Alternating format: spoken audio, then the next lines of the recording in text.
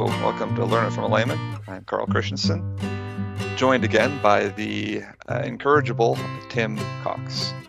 I like to get encouraged, and thus I'm very encourageable. No. Nope. The sad thing is that can you go too far in making a pun to where it just makes you look ignorant? Probably. I'd imagine so, especially with a bunch of people that don't know you well. Though I think I mispronounced incorrigible. So to be fair, I probably looked. Don't worry, I'll give you some encouragement. I'll blame it on the technology that I'm using and say I actually pronounced it correctly. But that's right. It's just the garbled transmission. Yeah. Okay. Today we will be discussing the top 10 most interesting things in space, per, of course, me. And we will discuss that. What?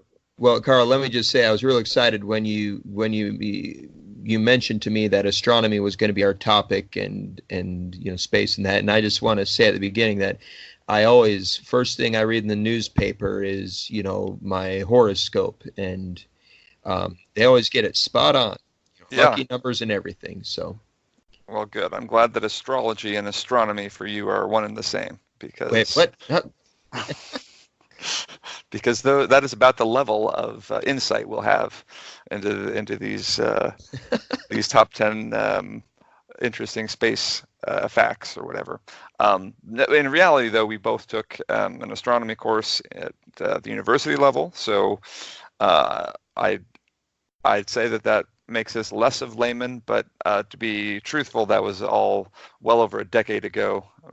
For you, probably closing in on 2 decades. So I think that we're pretty safely.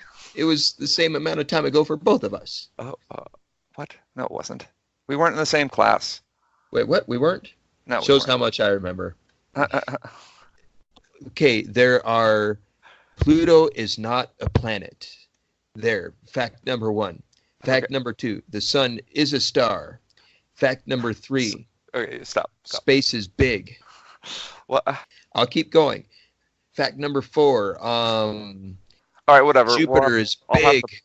So we're going to go ahead and start with number 10. So this is the 10th most interesting thing in space, at least to me, and that is neutrinos. Make sure you get them. Get your vitamins, eat your vegetables, get lots of neutrinos in your diet. Oh, that's not a neutrino, turns out. So neutrinos. So interesting fact about neutrinos. Actually, this is an interesting anecdote about neutrinos. This is, I don't know, like 3 or 4, maybe even 5 years ago now. They thought they had measured, some scientists, I believe over in Europe, believed that they had measured neutrinos, which are small particles, traveling at faster than the speed of light, which was going to blow up, all of these different theories about space-time and everything. And so it was a huge deal. And then they figured out that they were wrong and they hadn't measured. What happened? The scientist had his stopwatch upside down. It turns out that it's not too much different than that. I think they had just some faulty instrumentation. So, yeah.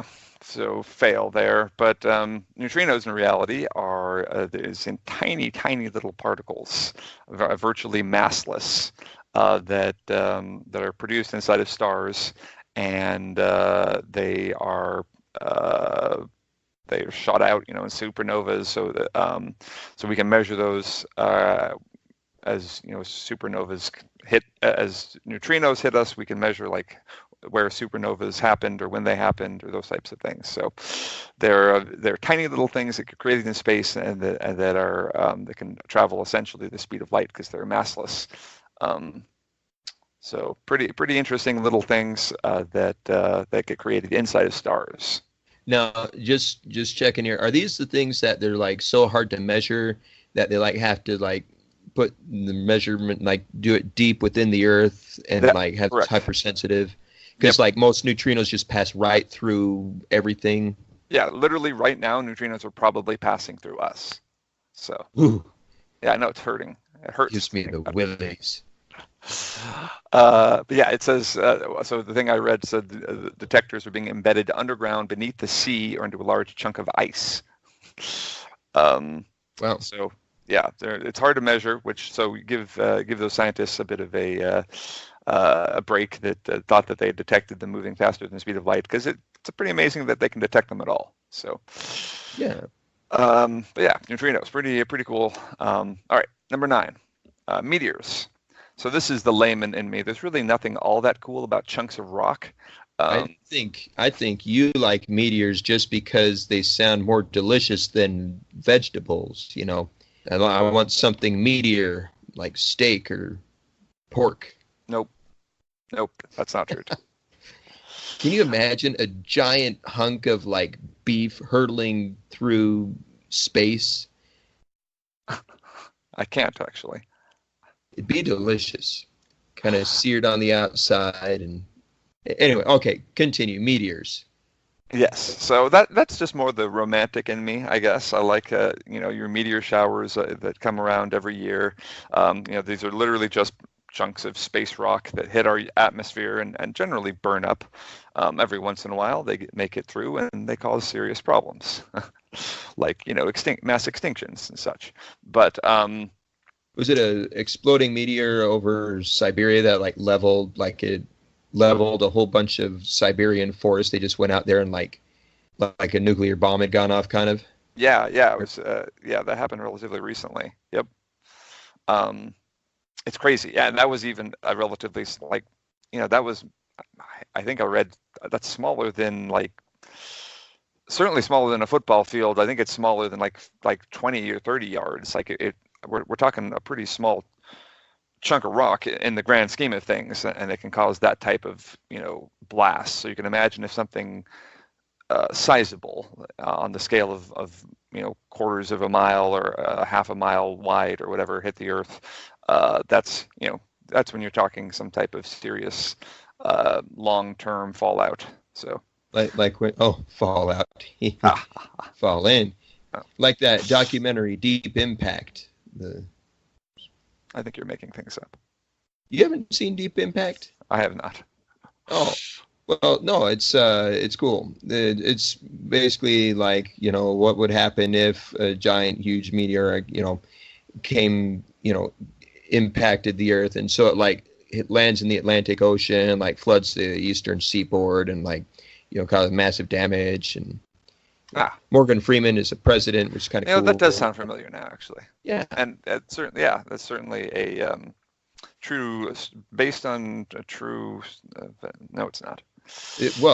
Just so people know, we are offering a special on our meteor insurance. So if your home gets incinerated by a meteor, full replacement. If your home gets flooded by, say, a giant tidal wave from a meteor landing in the ocean, or if your home gets destroyed by hordes of, lawless bandits because society has collapsed because a meteor destroyed, the climate and stuff, then yeah, full replacement.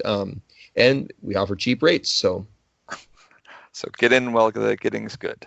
That's right. Yeah, it's nice to make empty promises and sell them. So, hey, or wait, dang it. You can't prove it's an empty promise until we don't deliver. Right. Okay. So we're going to move on from meteors before you get us into some type of legal issue. Fraud. All right. So we're moving to comets now. So that's number 8, and that's very, close. Full House flashbacks. What? Full The House. dog was named Comet. Full House. Okay, so these are similar to meteors in some ways, but they are different. They are massive generally, obviously. Let's see. So they orbit the sun just in a different way. What? Different than around? I mean, they have a much more massive You're really playing it orbit. safe here, Carl. they're similar to meteors, but they're different. Look, buddy, I labeled this podcast what I did for a reason. The amount of research that goes into these episodes really should mean I have to be able to do one every like 20 minutes because yes, but they have massive orbits. Is essentially what I was trying to say. That's why you'll see a comet and you won't see it again for 70 years or whatever. Because whereas other planets generally are stay in these very stable orbits that you can see, what is it, Halley's comet or Hale-Bopp comet? These we don't see for 40 years or 70 years in between, because their orbit is massive. So and that's because it's highly elliptical. Planets are elliptical but closer to circle. Right. But so these ones, they come zooming in close to the sun, and then they get slingshot way back out into space, like so a big wide loop, right? Right, exactly. So okay. And yeah, I mean, I remember, what is it now, 15 years ago, maybe 20 even, there was a comet, and forgive me, I don't remember if it was Halley's Comet or Hale-Bopp. Which one was it? Tim, answer me. Are you talking about the one with the crazy Heaven's Gate stuff? I don't know. It was like when I was 12 or 13 years old. Oh, okay. Well, one of those. It was one of those. Yeah, exactly. Okay. Anyway, they're gorgeous. They're awesome to look at when they do come around. Yeah, they're pretty cool. They're pretty large, and they have a tail, pretty impressive tail, and so kind of fun to see those. Here's a fun fact that I learned recently: a comet's tail doesn't stretch out behind it in the, like the direction opposite of the direction it's flying, but actually the tail stretches out away from the sun. Can you verify that? That's what I've heard, at least. Let's see if I can verify that. The tail is blown directly away from the sun as a result of the comet's contact with the solar wind. So there you go. It sounds like that's correct, though. This distinguishes between a dust tail and an ion tail. And the ions are the ones the ion tail is one specifically, it says, is blown away from the sun. So I don't know if the dust tail is what we see and that one trails behind it, and the ion tail is the one that you're thinking of. But anyway, it's unimportant because no one's going to fact check us. So, Do not fact check us. Okay. Number 7. Meteors are not giant hunks of beef. Or are they? Neutrons. Okay, this is number 7. Neutron stars. So neutron stars are stars that have collapsed, and so these are pretty massive stars that have collapsed. They are the most dense object in space that we can actually observe, right? Directly observe, and the only denser thing being a black hole, which we can't directly observe. Correct. Right. Exactly. A neutron star is like crushing the Earth's mass into a circle about 12 miles across. Wow. That's about the density of a neutron star. If the Earth were a neutron star, it would be 12 miles across. So on a neutron star, you could actually go out on a run and like circumnavigate the globe. No, Tim, you couldn't, because gravity on a neutron star is crushing, literally crushing. So you would just be like flattened into, I'd say a pancake, but you'd be much smaller than a pancake. Almost two-dimensional. So, good question. Do neutron stars is all the crushing on an atomic level or subatomic level? So does it actually compact matter like? So you can compact things like and kind of crush their molecules closer together in certain substances, right? But like on neutron stars, do you know if like the compaction happens even on an atomic level or subatomic level? I don't know. I think it's both. Because inside of the star, that's what what you get left. If I remember correctly, the stuff inside of these neutron stars are just super dense particles. So I know I can't. I haven't So been able. it doesn't even have like a what we would consider a standard atomic form, where you've got protons with and neutrons with electrons circling, but it's all just kind of a soup of subatomic particles all crushed together. Oh, here we go. Yeah, I just found it. Okay, it says crushing together every proton and electron into a neutron. Oh, really? Okay, cool. Yeah. So yeah, they're very. Thus the name neutron star. There you go. Good question. So I see how that would make it hard to go for a jog. Or make it real easy. Right. Okay. So neutron stars very interesting because they're just super dense, super massive, and you can actually, or not super massive as in like the mass is really large for something relatively small. And they're observable. You can actually look at them. So, okay. Number 6, quasars. So Tim, I know you studied quasars in astronomy. Do you remember anything about quasars? Well, you can get it with just quasars or the quasars with berries, and those are good, but a little high in sugar. Okay. Ooh, that would be a good cereal. Okay, no, let me tell you what I do know about quasars. So these, if I'm remembering right, it's like these spinning black holes that shoot out beams of like energy from their poles.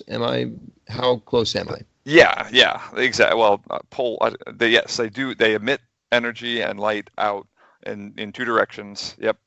They're just, yep, but they're super massive black holes. I think you said that. But the interesting thing about them, right, is that they actually don't exist anymore. What? Oh, what are you talking about? And this is one of the coolest thing about. I was telling my son this here about a week ago. As you look deeper into space, you're looking back in time, right? Oh. And so the only place where we can see quasars is hundreds of millions of light years ago. And so you can only observe them at a super far distance away from our galaxy, which means, and there are no quasars close to us, which means that essentially quasars burn out. They eventually they stop emitting these huge amounts of energy. And quasing, we call it quasing. Okay, I don't think we call it that, Tim. Now we do. Yeah, so these are things that you can see that existed hundreds of millions, billions, whatever, of years ago. Probably billion anyway, but don't exist anymore. But one of the cool things about space is that you can look back in time. Yeah. So. Poor quasars. Yeah. So we can have a little funeral for our quasar friends that have passed away literally hundreds of millions of years ago. So, all right, number 5. This is the microwave background radiation.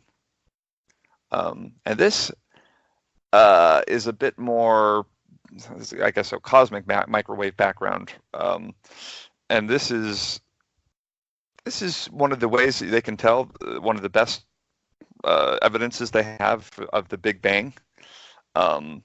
Is that there's this leftover radiation that is just emanating from everywhere.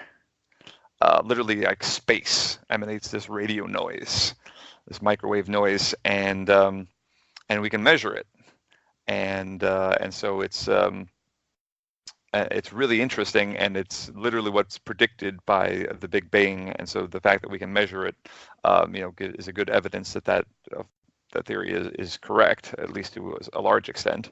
And so, and it's, yeah, you can measure let's see, it says recent precise measurements place the CMB temperature, so the temperature of this microwave background, at 455 degrees, negative 455 degrees Fahrenheit. So what you're telling me is I can't use this background microwave radiation to heat up my frozen burrito. If your frozen burrito is about 2 degrees above absolute zero, this will heat it up 1 degree, I believe. That is one cold burrito.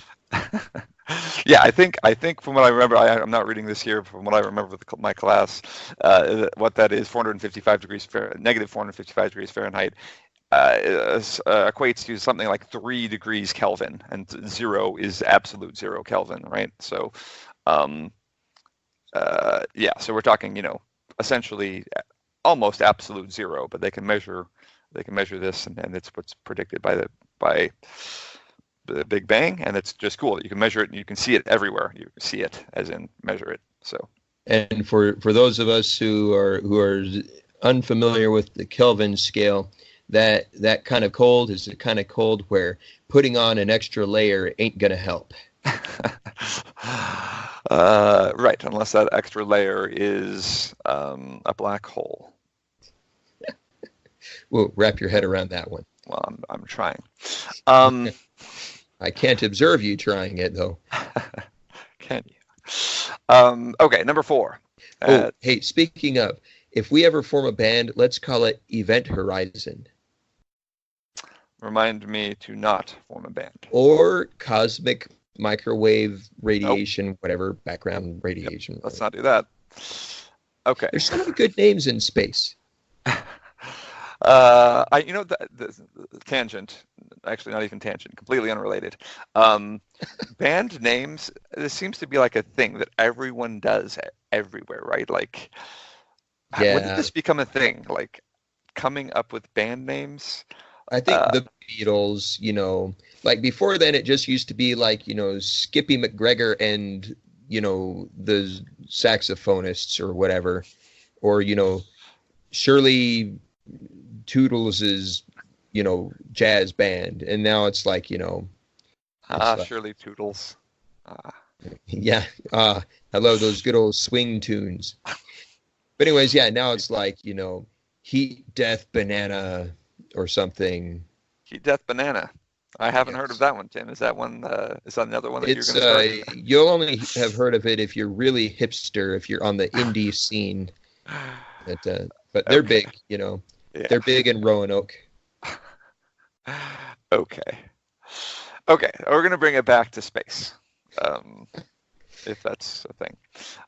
Okay, number 4, dark matter.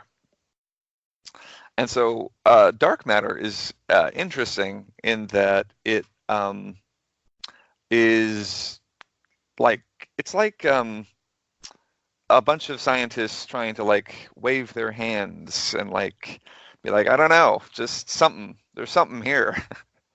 It's essentially, they don't know it, they can't measure it, but they can measure that they know that they don't know something, right?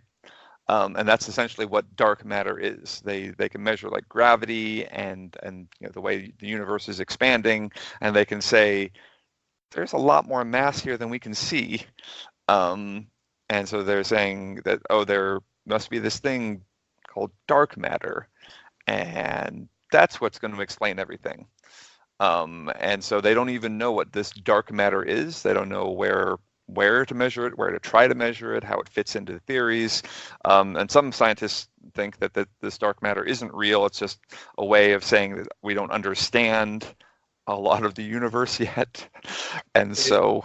And kind of the problem being that according to our theories, gravity things should be like spinning apart faster than they are. Right. But apparently there's more gravitational pull holding it together. But where's the gravity? And well, it must be this matter we can't measure.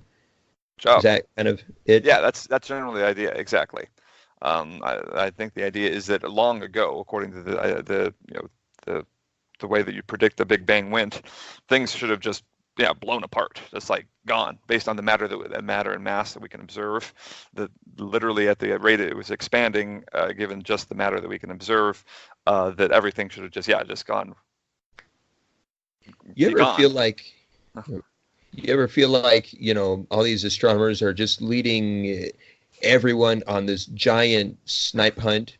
Oh, guys, there's these black holes. We can't observe them, but they're there. Ooh, dark matter. We can't measure it, but it's there. Oh, neutrinos. Oh, we can't measure them except for in this really deep dark hole, but they're there.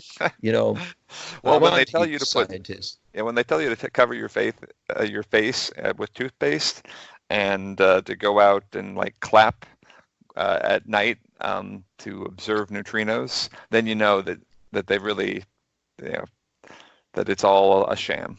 But that is totally different from buying meteor insurance. So get yours now. If we labeled it meteor insurance and people bought it, then we would never have to pay out, because isn't it a meteor until it impacts the Earth, at which point it's a meteorite? Am I right? You could be right. There is certainly a distinction between those, right? One's before and one's after. Yeah. So we could get out on a technicality and say, sorry, that's a meteorite. No coverage. Yeah. I think that's how insurance works. Yeah, and I think we need to create some packages. Some high deductible packages, based on the size of the meteor that hit you. Yeah, that's right. Oh yeah, deductible. We will have small deductibles relative. Anyway, whatever. We're not going to go into this anymore. You've really pulled this whole discussion to a. That's right. We'll do another episode on deductibles and insurance, which will be a big draw. A lot of people will be interested in that. I'm sure. Exactly. Okay, we're going to move on now. We're going to move to number 3, which is drumroll. Drumroll, Tim. Oh, I thought you said Dromo, and I'm like, I have not heard of Dromo. But number YOLO. No. You're supposed to give me a drum roll, because we're on the top 3 now. There we go. All right, black holes. So wait, we already talked about black holes, didn't we? No, we talked about quasars. Yes. Okay. We talked about quasars, we talked about neutron stars, but black holes themselves. And so the black holes made big news here, what was it, a month, 2 months ago now, where we first got an image. They actually, about a team of astronomers measured this and actually captured an image of a black hole. And so that was pretty groundbreaking stuff, so pretty awesome. Good job, all of you. And I'm sure that whole team of astronomers is probably now listening to this podcast. And, that's right, surely. Well, and the process of how they did that, I thought was pretty dang cool, having telescopes basically all around the planet, focus on the same spot. So we are essentially having a telescope, set up with the diameter of the Earth. I mean, that's cool. That is pretty smart and pretty awesome. So the idea behind it, the execution, and then the computer algorithms that can put that stuff together. Awesome. Now, it sounds kind of like something out of a James Bond movie, where Goldfinger positions lasers all around the Earth and then shoots them at a mirror and then points the mirror, and it's like, I will just vaporize New York, Bond, and there's nothing you can do to stop me. Yeah, well, could you imagine if I'm not going to actually give that any credibility by talking about it anymore. I know you wanted to, and that's victory enough. Could you imagine if you were one of the astronomers, though, and you accidentally punch in the wrong coordinates and you were observing the moon or something like that, and they put together the algorithm, and the black hole is mostly all formed in one little tiny corner of it. It's just like the moon.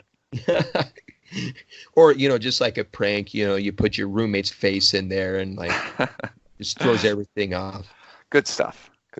Well, that's why they didn't invite us. So that's right. I think that's probably the only reason they didn't invite us. Surely. Okay, but black holes, we won't delve into. There's a lot we could talk about black holes. They're supermassive stars that collapse, or neutron stars that hit each other. Essentially, anything that's just wildly massive, and then that then collapses and literally creates a hole in like space-time, and or like a singularity is what they call, right? So just essentially gravitational pull and mass so large that light cannot escape it, and thus that is a black hole. And so one of the most interesting things about black holes that I learned recently was from an article by, what's the guy's name? Let's give him some credit here. Ethan Siegel. And this very in-depth article about black holes, at least in-depth for a layman like myself. But at the end, he finished up by he's talking about spinning black holes. And he says, perhaps the most profound takeaway from all this, though, is that in a rotating space-time, space itself can indeed move without any sort of speed limit at all. It's only the motion of matter and energy through space is limited by the speed of light. Space itself has no such speed limit. In the case of a rotating black hole, there is a region of space beyond the event horizon where space is dragged around the black hole at a speed faster than the speed of light. Whoa. Yeah. That's trippy. Crazy. So now, what if matter gets dropped as it gets dropped into that? What happens? It's just all of a sudden in that part of space, then that part of space is moving faster than the speed of light, but I itself see. not. Space. Yeah. Whoa. Crazy. Wow, that's cool. Yeah. It's mind-bending, just the idea that space is moving, not matter itself. Dang. So, yeah. Huh. Wow. And yeah. And just as a point of order for people who might be wondering, for example, that picture of a black hole that they took, we're not seeing the black hole itself. We're just seeing, usually black holes, they'll often be surrounded by, clouds of dust or a star or something that they'll be kind of sucking matter off of. And then the light and the radiation, the beams that are coming off of the black hole are just that stuff being hyper energized and shot out before it reaches the event horizon. Right. Yeah. And also one more interesting fact that I read about black holes recently, although the event horizon, means that nothing can escape from beyond, once it gets sucked in there, it's there for good. Actually, if you, over the course of time, mind-bogglingly huge amounts of time, time that you have to express with exponents, not just millions or billions of years, but factor that by say to the 53rd power or something. Black holes would actually kind of diffuse, and so occasionally matter can escape that event horizon just by, I guess, sheer chance or whatever. But so that means that even a black hole would have a lifespan, but it's just so incredibly huge that we couldn't even wrap our minds around how long that would be. Sure. Interesting. Okay. At least that's what the scientists tell me, but then they say we can't really measure it and see, And then they tell you to put toothpaste on your face and clap it inside. So. That's right. Okay, so black holes, pretty awesome, pretty crazy, mind-blowing stuff about them. But don't get close. Yeah, don't, because I've heard that would hurt. So, number 2, planets. So this one, cool. I've seen one. How could they not be one of the coolest things? It just was my number 1, and then I re-ranked it. Planets. We live on one, so that's pretty important. You better appreciate it. Yeah. So this isn't to comment on Pluto, as Tim did at the beginning of the podcast. Pluto. Yeah. I'm not going to delve into the semantics of what a planet is or what it is not, because I'm happy that there are only 8 planets now. So jerk. Take that, Pluto.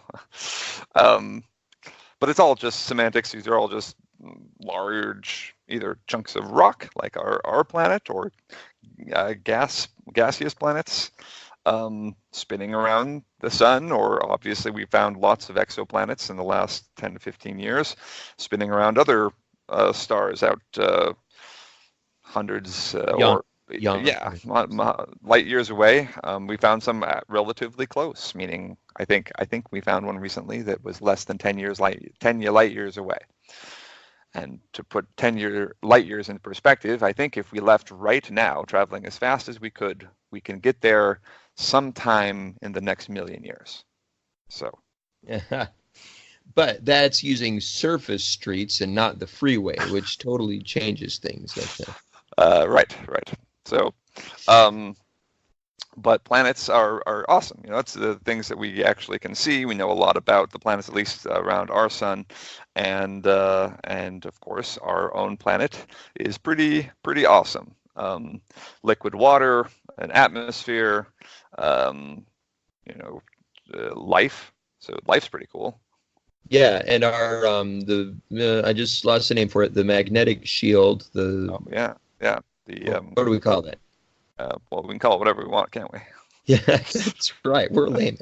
the big zappy blocky thing that keeps us getting fried by the sun. Yeah. Hey. Yeah. I think Matt would be displeased with us right now. It's electromagnetic, whatever. Okay. But anyways, hey, on that note, by the way, people talk about colonizing Mars. Terrible idea. Because there's so much. It takes so much resources to get there, and Mars doesn't have a cohesive electromagnetic field protecting it from, say, solar wind. So even if you talk about like terraforming Mars and giving an atmosphere, it would all just get stripped away by the sun. And anyways, instead of that, we should just work on, say, using wisely our resources on this planet. No one talks about terraforming the Sahara, which would be a whole lot easier. Anyways, sorry, just a little pet peeve of mine. Good. Well, then you're not invited on a trip to Mars. So good. I don't want to come. I'll just go sit in the sun. But some people do try to terraform, I guess. Point it forward. Anyways. Okay. Give me the number one. Number one. Where's the drum roll? That's not a very inconsistent drum roll, and I'm not even sure it warrants now giving you number one. I think I'll just end now. No. Number one in my favorite interesting things about space is mystery. And so this might be a bit of a cop-out. Is this one of those where it's not really an interesting thing about space? What the most interesting, what it is instead of like the scientific take on space, it's the, romantic take on space, and the reason that people are interested in space, the reason that the astronomy has such, the reason there is something as astrology, right, is that there is so much mystery about space. That we don't know what dark matter is, right? Everything we can see out there is light years away. That there is we have not as of yet observed any life out there, but there's so much potential, right? The universe is mind-blowingly massive, and that there's so much to observe and look at, and the mystery of it all. It's essentially what I'd imagine is it's like what explorers used to feel like hundreds and hundreds of years ago when they'd sail the seas and find new lands, and it's the mystery of it, it's the romance of it, it's the idea that there's some brave new frontier, like Star Trek. Yeah. So the mystery of space, I think, is probably the most alluring, most interesting thing about it, is that we don't understand it. We have theories to explain a lot, but even Einstein has not been able to, Einstein's theory of relativity, obviously, doesn't yet explain, for example, dark matter and some of those types of things. So so there's more that we need to learn and find out, and so that is what keeps the intrigue of space alive. And I'll just add to that, along with the mystery, the beauty. If you want some fun homework, just look up Hubble Space Telescope, pictures and see these incredible things that no artist could have made more spectacular. And combining that with what you said about the scale, the size and the amount, and it's more than is dreamt of in our philosophy. It's space is cool. Yeah, and and the last thing, everyone loves the idea of time travel, and like I said earlier in this podcast, the one real way that you can see things that happened a long time ago, that you can kind of time travel, is to look out into space, because then you're seeing light that emitted from that object that you're probably tens of millions of years ago, or at least hundreds of years ago, I guess. From the visible eye, probably not that much, but from your visible eye, you're talking light that was emitted years and years and years ago from stars far, far away. So you're looking back in time. Yeah, even when you look at the sun, you're looking 8 minutes back in time, right? That's right. Yep, that light has been traveling for 8 minutes. So what that light tells you about something that happened in the sun already 8 minutes ago. Yep. So technically, when I look at you, I'm looking back in time. Let's not get crazy here. A very small amount back in time. We'll have another podcast. We should do another podcast on time. I'd rather do it late than on time. Thank you. I was hoping you'd get something. We won't go into that now, because that's also mind-bending, and I think we might actually go crazy. So that would be an interesting podcast, though. Like our sanity gradually breaking down until It might be an improvement. That's right. What could be worse? All right, so that will do it for today's episode. Go out there and do some stargazing and time traveling, and we will see you back again. Yeah. Hey, do yourself a favor. Next time you're on a road trip, if you live in a big city or even a medium to small size city, and you probably do, then light pollution totally ruins your view of the sky at night. So when you're on a road trip, sometime driving at night, when you're stuck in between two, in the middle of nowhere, just stop the car, get out, and look at the stars for real. It's a poetic experience. Awesome. All right, with that, we'll see you back again next week, and don't, in the meantime, get swallowed by a black hole, because that wouldn't be fun. May the force be with you.